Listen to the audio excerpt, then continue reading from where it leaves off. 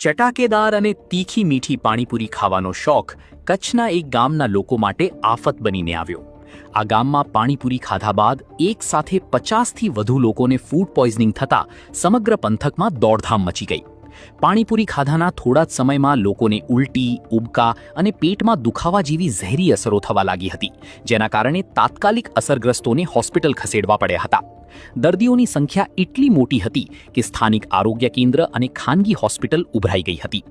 ઉનાળાની સિઝનમાં ખોરાક જલ્દી બગડી જતો હોય છે, ત્યારે આ પ્રકારે અશુદ્ધ પાણી કે મસાલાનો ઉપયોગ જીવલેણ સાબિત થઈ શકે છે. સદનસીબે અત્યારે તમામ દર્દીઓની હાલત સ્થિર હોવાનું જાણવા મળ્યું છે, પરંતુ આરોગ્ય વિભાગ દ્વારા તપાસના ચક્રો ગતિમાન કરવામાં આવ્યા છે.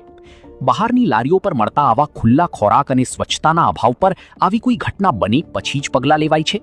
શું તમારા કોઈ ઓળખીતાને પાણીપુરીનો આવો શોખ છે? તો એમને આ વિડીયો શેર કરી દો.